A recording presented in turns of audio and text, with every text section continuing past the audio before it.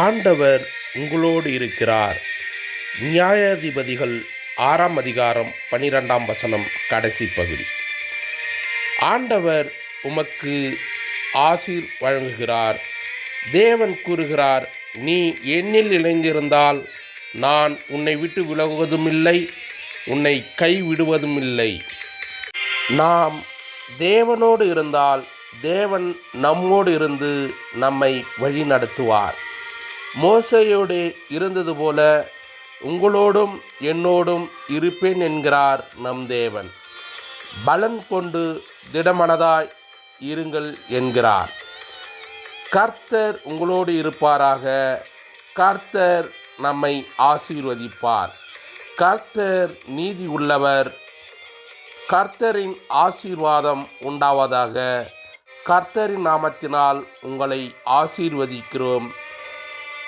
அன்பு உள்ளங்களுக்கு இனிய புத்தாண்டு நல்வாழ்த்துக்கள்.